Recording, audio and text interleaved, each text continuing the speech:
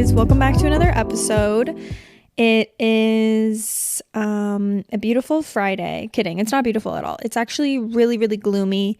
It's been gloomy for the past week. I looked at the weather yesterday, and up until next Saturday, which is how far the weather goes, like 10 days, it's only going to be clouds. Only clouds, only snow, and I'm sad about that. But if we think about the positive, I'm in a good mood too, because I was just reading your guys' DMs to my Instagram for the podcast, which is at Between You and Me podcast. And you guys are so nice. Like the words and like sincere messages that I get from you guys, you don't understand how much it like fuels my soul to know that I'm making at least like a fraction of an impact in your guys' life, whether it be heartbreak, friendship, just to hear something that's somewhat relatable or to learn something.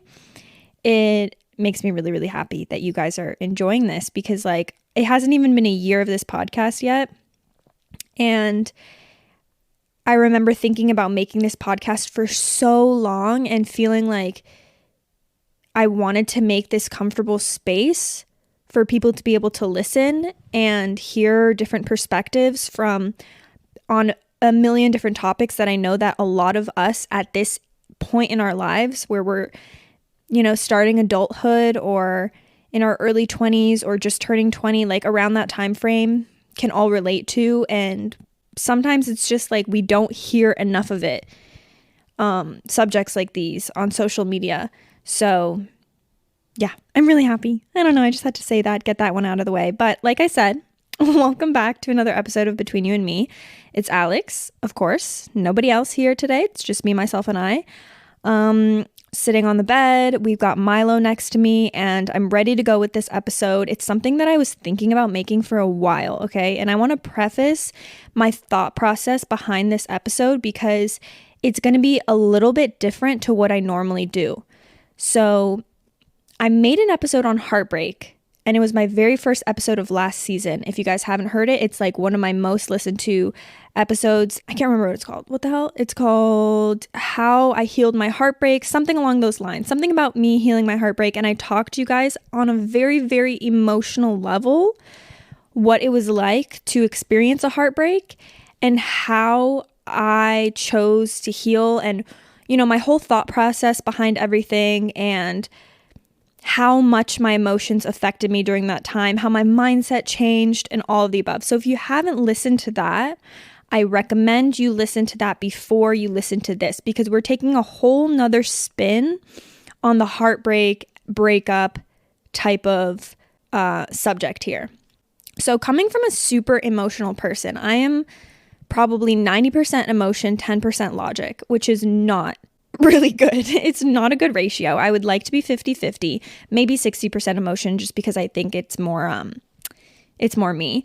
But I would like to have a little bit more of a grasp on my logical brain, logical mind, and especially during moments where I am more emotional, because it would probably benefit me. So, we'll make that a goal of mine. But as a very emotional human being, I struggled a lot with the really logical perspective of a breakup. During the time of heartbreak, I was, like I said, 90% emotions. There was so little logic guiding me throughout that time, and it would only come during the points where like my emotions had been so strung out because I had just, been crying all day, or like just had used up every single ounce of emotion I had, that at the end you don't really have any more emotion left. It's just numbness.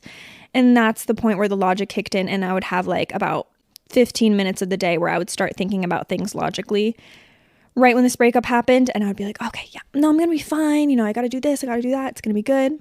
So what I'm doing today is I'm going to take you guys through the logistics behind a breakup, canceling out any type of emotional talk to give you guys basic things to follow, basic rules almost to follow that will help you guys heal and move on in the easiest way possible. Now, like I said, this is not emotion-based, because I know for a fact every single thing that I'm going to talk about today is extremely hard to do, but They are all so extremely beneficial for you in order to heal and move on in the most seamless way possible. I'm not saying it's going to be so much quicker if you do these things. I'm not saying it's going to be so much easier. It's probably going to be harder, but it will allow you to move on in a more seamless way and allow you to transition through the heartbreak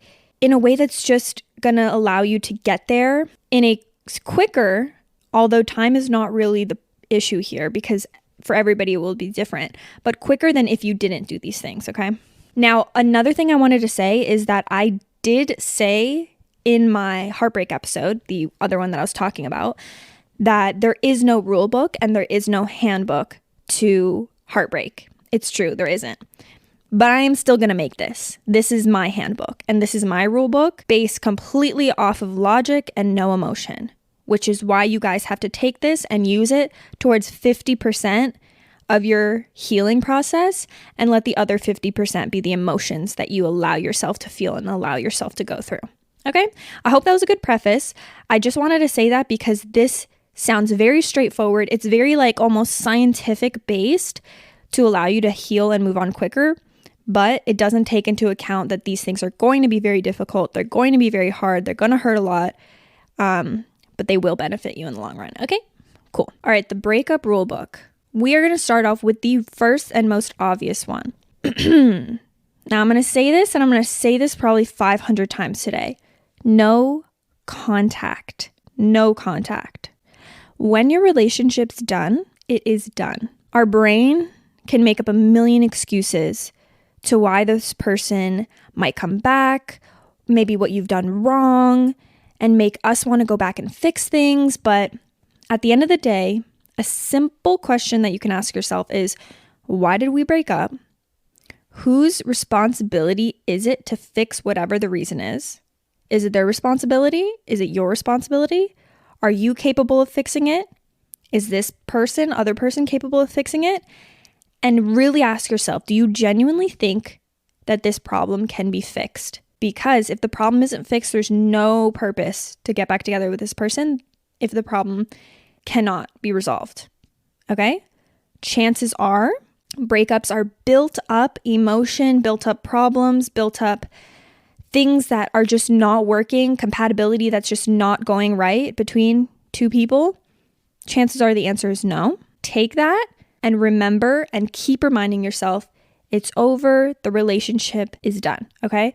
So when you have this mindset, you need to do certain things to help you move on. And what I said before is no contact. Let me tell you guys what this entails. No talking to this person. Once you've had that final conversation, whatever it is, no more talking. There's no reason to reach back out. There's no reason to check how this person's doing. There's no reason to have any form of friendship after the breakup, because these things will just keep you connected to this person. And if you were in a serious relationship where you were in love, let me tell you this, it's impossible for you guys to stay friends, and we'll get into that later. So no contact means no talking, texting, calling, FaceTiming, nothing. Remove them off of social media. Stop checking up on them. These things are seriously the hardest things to do. But when you remove them off of social media, you stop from subconsciously or consciously posting for them. You know when you have a crush on someone, you follow them on Instagram, you have them on Snapchat, whatever it is, and you're posting because you know they're going to see it? It's the same thing. You post on your stories, you post on your whatever, because you know this person's going to see it. Now, this can make you do stupid things. When we're filled with emotions, it makes you do stupid things. It makes you post the most randomest shit because you know this person's going to see it. It makes you post a heartbreak quote because you know that person's going to see it. It makes you post a hot selfie of yourself because you know that person's going to see it. But it's not going to do anything. It's not going to benefit you. It's not going to make that person want to come back. It's not going to make them say, oh, I fucked up. She's so beautiful. Because chances are it's not because you're not beautiful enough. You are. It's other issues. Okay? So remove them off of social media because you don't need to keep seeing what they're up to. Like 10 out of 10 times, whatever they post is going to hurt you. It doesn't matter what it is. It's going to hurt you. It's going to make you overthink. It's going to make you get into your emotions once again when do you know how much peace you'd gain from just not seeing that person on your social media anymore? Not stalking them, not going through their comments, not checking to see if any girls have commented on their pictures. It will just save you an unnecessary amount of pain. Because let's go back to the 1970s. Do you think when your parents were dating and they broke up with their partners, okay, maybe not the 70s, the 80s, whatever, when they broke up with their girlfriend or boyfriend, they could just go and stalk them and see what they're up to? No, they're gone and they're gone. Maybe they'll see them at the library, maybe they'll see them in class, whatever it is, but they're not gonna be able to consistently see this person on their phone whenever they want to. Another thing that has to do with no contact is don't ask people about him or her, okay? If you have any mutual friends, if you have any people that know your ex, if you have anybody that keeps you guys kind of in the same circle somewhat, don't go out of your way to ask this person and be like, what have they been doing? Have they been not, doing this? Have they been doing that? Have they been going out? Have they been like, do they look happy? Do they look sad? Da da da da. What is that going to benefit you? If you know that they're sad, of course they're sad. You're sad too. They're going to be sad. If they don't look like they're sad, they still are sad, bro. They're just good at faking it. Everybody's good at putting a face out when they go in public to make them seem like they're okay. And they might not actually be okay on the inside. But all you're going to hear is them saying like, yeah, Brad is great. He just came out to the bar last night. He's having, blah, blah, blah. Okay, we don't want to hear that. That's not going to benefit you. We don't care. Don't ask people about him or her. This is another form of breaking no contact because you're hearing about them. You're getting to know what they're doing. You know what they're up to. You don't want to do that.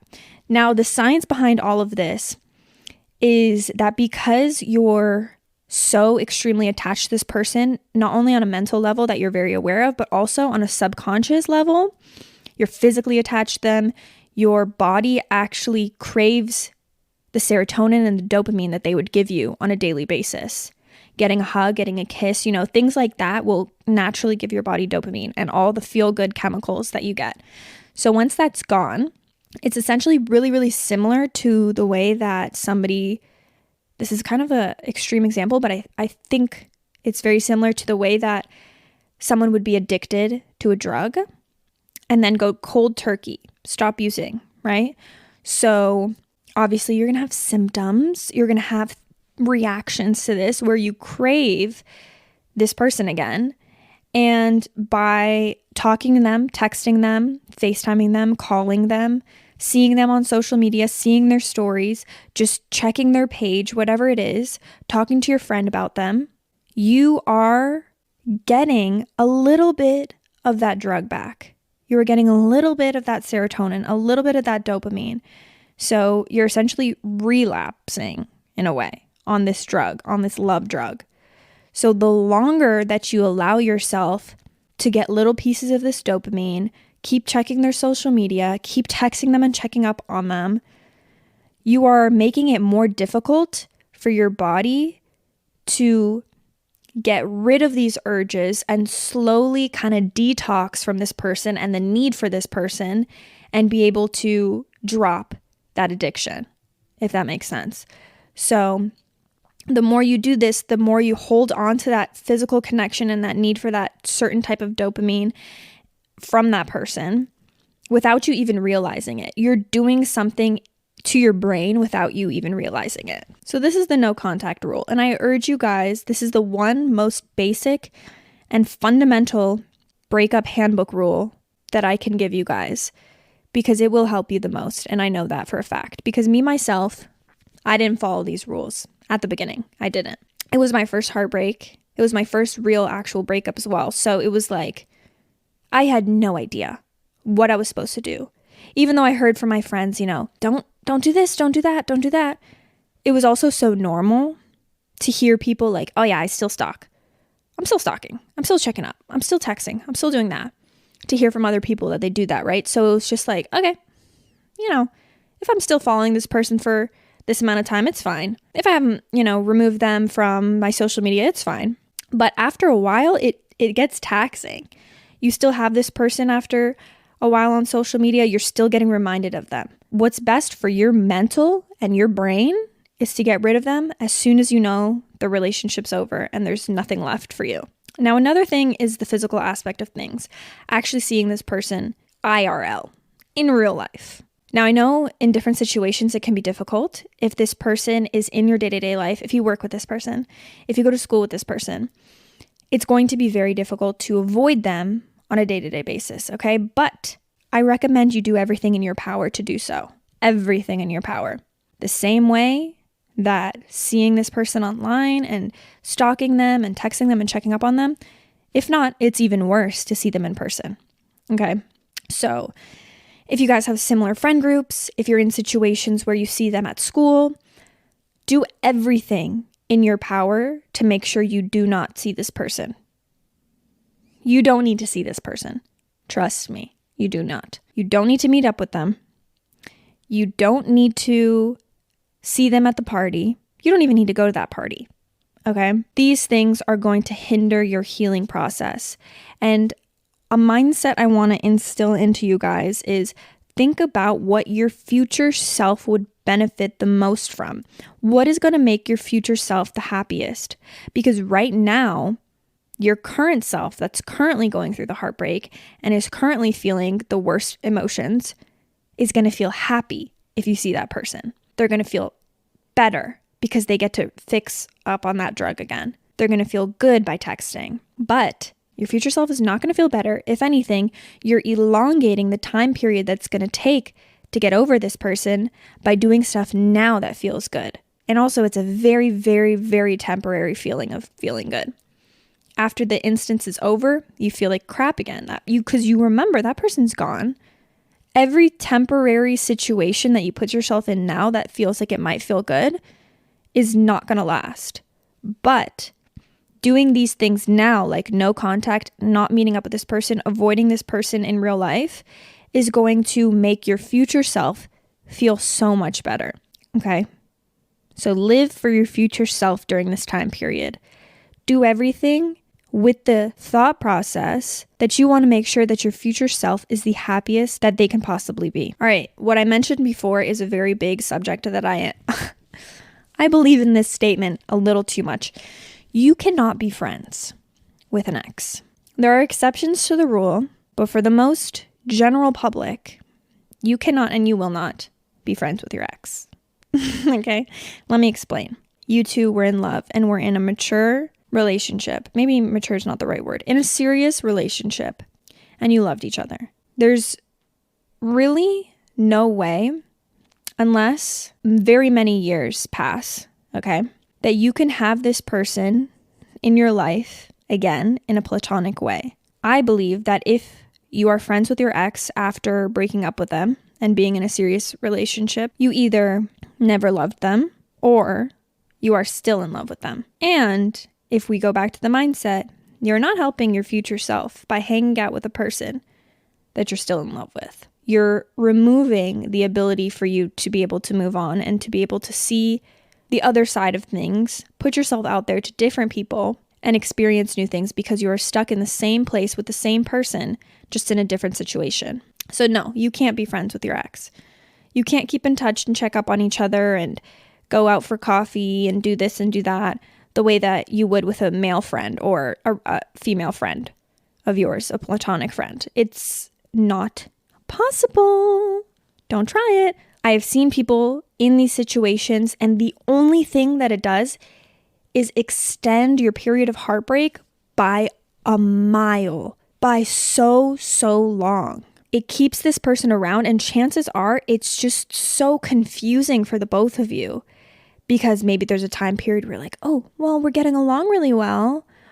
We could get back together. Maybe we can work things out. Maybe blah, blah, blah. No, babes. If you guys are going to work things out and if you guys are going to get back together, you will know that. You will know because the intentions will change. The actions will change. Everything will change. If you are in the same situation with the same person, they haven't changed. The only thing that's changed is the fact that you're now quote unquote friends. It's not going to happen. Okay. My other exception to the friends thing is if like, let's say 10 fucking years have passed and you're married. Okay, even this situation's a little weird. I don't know. But like, let's say like 5-10 years have passed. You rekindle some sort of friendship. Not a best friend, but like an acquaintance type of friends, blah, blah, blah, blah, whatever. Maybe then you guys can be friends because so much time has passed that it's like not a weird situation to be in. But even then, I don't know, because I wouldn't be able to say, because I haven't experienced it, what that would do to you. Hopefully nothing, because, you know, that's a lot of time to pass. But also it's like, you know, if you're in a different relationship and, you know, you're friends with your ex, it's fucking weird regardless. Who knows? I just think, you know, situations like these, they never really work based on many, many stories I've heard and based on the thought process behind my own. It just wouldn't happen. Okay, good. So we've gotten through these couple rules. No contact. Don't talk to this person. Don't reach out to this person. Don't try and see this person in public. You're not going to be friends. You can't continue a relationship with them. You have to basically Control Alt Delete them out of your life like they weren't there to begin with. Okay. Take the things that they gave you, put them in a little box, and don't look at them for 20 years. Okay. These things are cute in the future. We're going to look back at, you know, the little notes and the little whatever that we have when we're 70 years old and be like, oh, what a precious moment. What a sweet, you know, time. Because at that point, you're not going to remember the bad. You're only going to remember the very, very vague good memories. At that point, it's fine. But right now, you don't need a love letter sitting on your countertop to see every single day. You don't need like a picture in your wallet. Okay, you don't need to see those things. So take that stuff, either throw it away if that's the type of person you are and you want to throw them away, or put it in a box and put it in a space that you're never going to look at for a very long time. That's another thing. I forgot to add that one in. Okay, but now that we've gotten the Control Alt Delete out of the way, we know that, we understand that, we're gonna try and live for our future selves. What happens if they reach out to you? What happens if they're the ones coming to you? How do we deal with that situation? There's a couple things to consider here. Chances are they miss you. And that's completely valid. That's completely fine, because you probably miss that person too. They're thinking with emotions and not with logic, which is also valid. And they're thinking that they want to get their dopamine fix. They want to feel that good feeling again. But let's think back to the root of it all. This will not benefit you in the long run, and this will not benefit that person in the long run. So it's going to take one person to be extra strong, whether it's you or whether it's them, to be strong enough to say no to any conversation, to say no to calling, to say no to meeting up. And you're going to need to do a little something that I like to call the block button. Okay, sometimes it's not even with bad intention. Sometimes it's with this intention. Don't get me wrong. If you had the shittiest ex in the world, they cheated on you, they hurt you in a million different ways, I suggest the block button from the jump, from the get-go, from the second you find out about the cheating, right? But let's say you ended off on good terms. Even in these situations, the block button, it's pretty useful, okay? It's pretty useful. You want to hit that block button. You want to stop the ability for this person to reach back out to you and get that dopamine fix, and the other way around. It will benefit the both of you. If you still have any form of care left for this person, let's say you're the one that broke up with them, hit the block button. Don't let them hurt themselves more by trying to reach out to you and you just trying to be nice and return a nice message to them. You know what I mean? Okay, so another thing is I want you guys to not give up on this process. Like I mentioned at the beginning, there's a lot of emotion that goes into it. There's a lot of pain. And because of this, it's really easy to get discouraged if you do make the mistake of texting them, or you make the mistake of checking on their social media and getting hurt by whatever you see. You know what I mean? So I think in these situations, it might feel like, oh my God, I'm doing good. I'm doing fine. I'm loving life. And then you go and do one of these things to break no contact and you screw shit up, because now you feel like you've taken 10 steps backwards and you're really feeling the emotion and really feeling pain. But I want to remind you guys that this is normal. And if you do mess up, slip up, don't feel bad about it, because these emotions are like waves.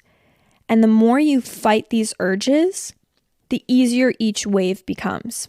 So by following these rules that I've built up in a confusing way. Sorry, I feel like I explained them confusingly, but these rules of no contact, blah, blah, blah, everything that I said, the more you fight the urges, because let me tell you, at the beginning, the urges are going to be very high. They're going to be like a tsunami type of wave.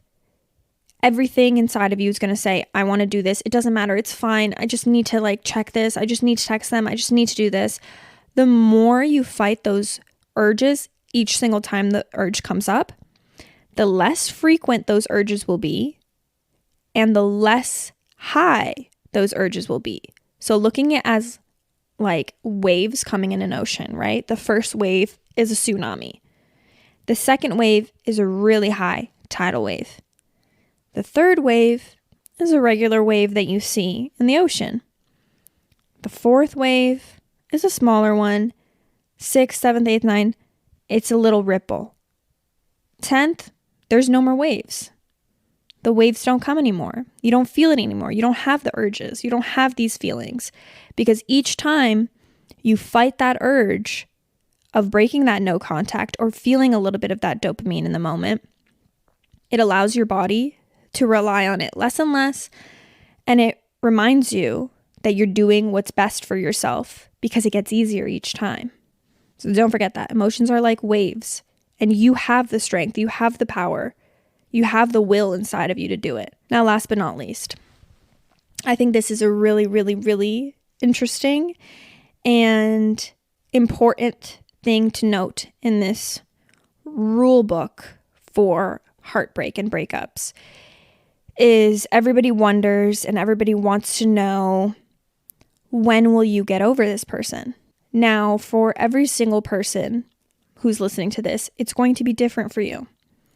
And there is no exact time frame that this happens. But I listened to a TikTok the other day. And it's funny because every single one of my podcasts, I'm like, oh my God, I heard this from a TikTok. But bitch, there's a lot of information on there.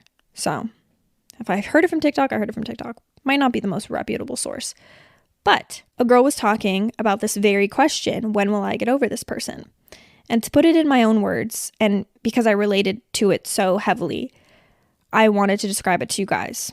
The time frame that you know you'll get over this person is once you stop believing that this person was or is the one for you. I think for a lot of us, if you were broken up with or if you had a mutual breakup, or you know what, it could be possible if you broke up with this person because, something happened with you and you needed to not be in a relationship anymore. It can still be hard to get over. So whatever it is, whatever reason you broke up with this person, you can for a long period of time think, especially if it's your first heartbreak, think that this person was the end all be all, that they're the only person that's going to get you in the same way. They're the only person that's going to love you the way that you felt this love, that they're the only person that's ever going to make you feel this way ever again, and that they were the one and you lost the one. Okay? That's a mindset that a lot of us have after a breakup because that love is so fresh and that love is so, painful when it's gone that you realize shit, maybe I lost the one. And a lot of us cling on to that idea for so long because it takes some time for you to take off those rose-colored glasses and to see things for what they are. So once you stop believing that no one will ever get you like they did or love you like they did, and once you're proven wrong in some way, shape, or form, you will get over that person. That is the time frame that you'll get over this person. Now, sometimes it takes seeing this person again and being reminded of these situations. Sometimes it takes you getting into that mindset and really reflecting on it and seeing it. Or sometimes it even takes finding somebody that shows you a whole new different kind of love, or seeing that spark and that connection with another person and being like, holy shit, wait, I can feel this again? I can feel it and better?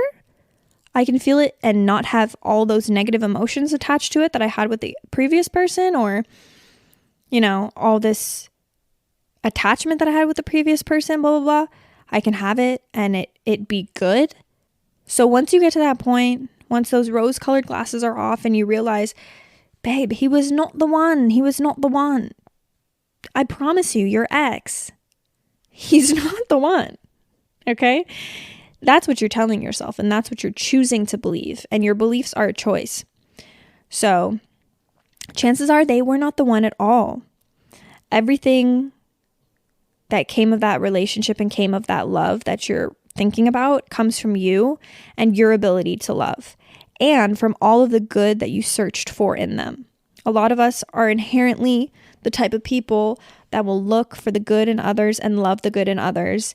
Everybody comes with their negatives. Everybody comes with their downsides. But when you're in love, you only look at the good and you only strive to see the good in other people.